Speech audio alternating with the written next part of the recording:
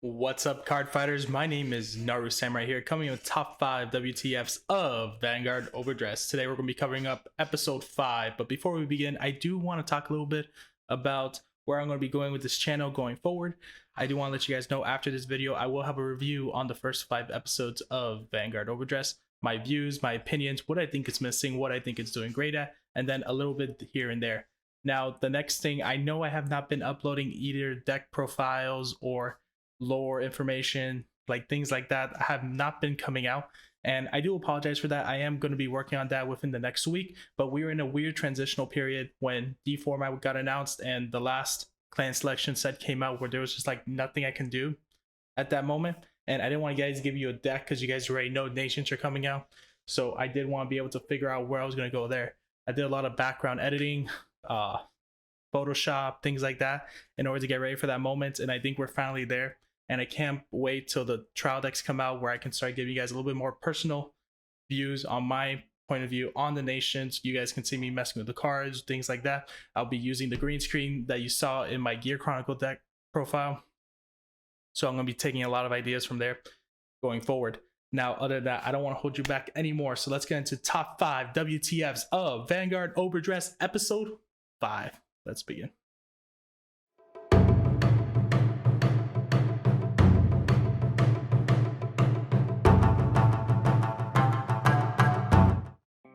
Episode 5 of Overdress. We're here once again, guys, and we're here going through the top 5 moments.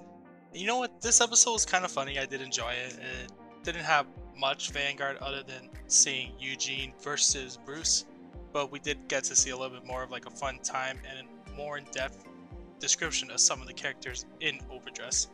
But let's go on to number 5, the training arc. So what was kind of cool here was that Donji was taking the time to train to get ready for doing this wrestling association training in order to get ready for his match. He didn't know who he was fighting, but decided to go anyway, and who to take along to help him with his training but his little water boy himself, Yuyu.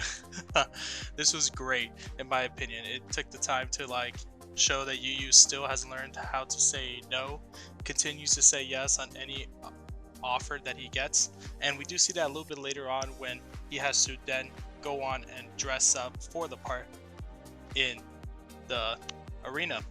But Yu goes in and starts helping Donji train and get ready for the one and only fight. And number 2, I believe was hilarious in my opinion, was when Yuyu had to get dressed up once again, because like we said, he cannot say no. And right when he gets up, dressed up as a girl, going up onto the stage to hand the flowers to the wrestlers, you see a bunch of people mock him, or not mock him, but compliment him about him being cute, which automatically hinders Megumi to the limit, to the point where she starts bashing him with the flowers. I thought this was kind of a funny scene overall, because, you know, it took the time to like show that Megumi is kind of like hates the idea that he dresses like a girl, and even though in this situation he was forced to, she was not being noticed because he was there, and it makes no sense to her. So I thought it was kind of a fun moment overall to see that scene happen. At number 3, surprisingly enough, not number 2, but number 3, the 12-round Cardfight Wrestling match. I actually thought this was kind of cool, guys, because like, I was thinking, can I do this? Can I do this on YouTube? I was totally thinking about it. Let me know down below if I should do a 12-round card fight boxing match. I'm not going to do wrestling. Are you kidding me? I think I would get hurt. But I did like this. It was kind of funny, witty.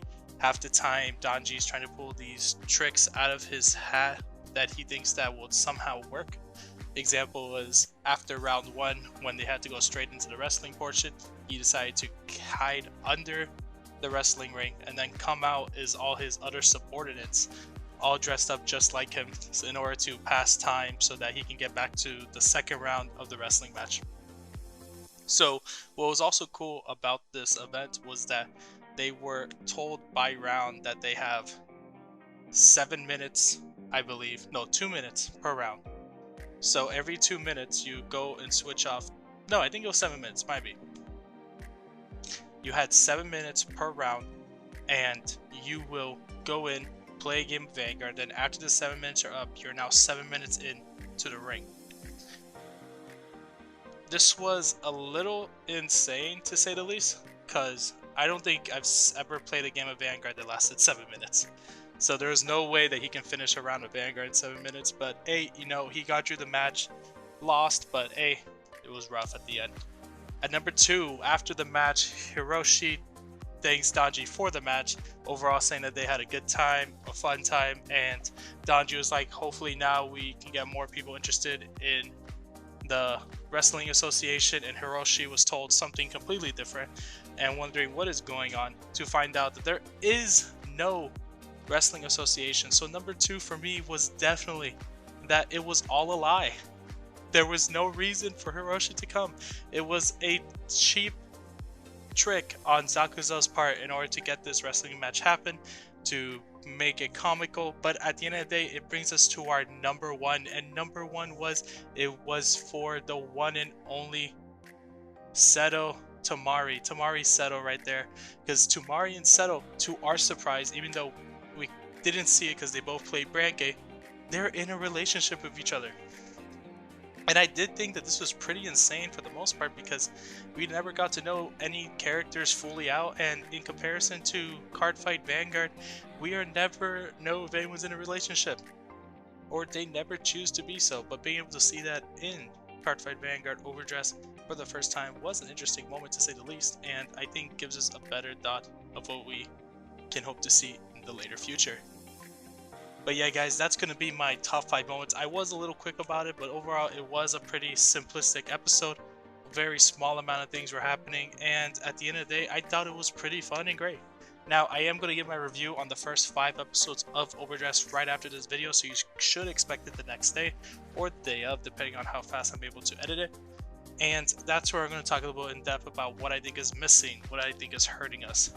But this episode overall, just another comical episode. Great to see.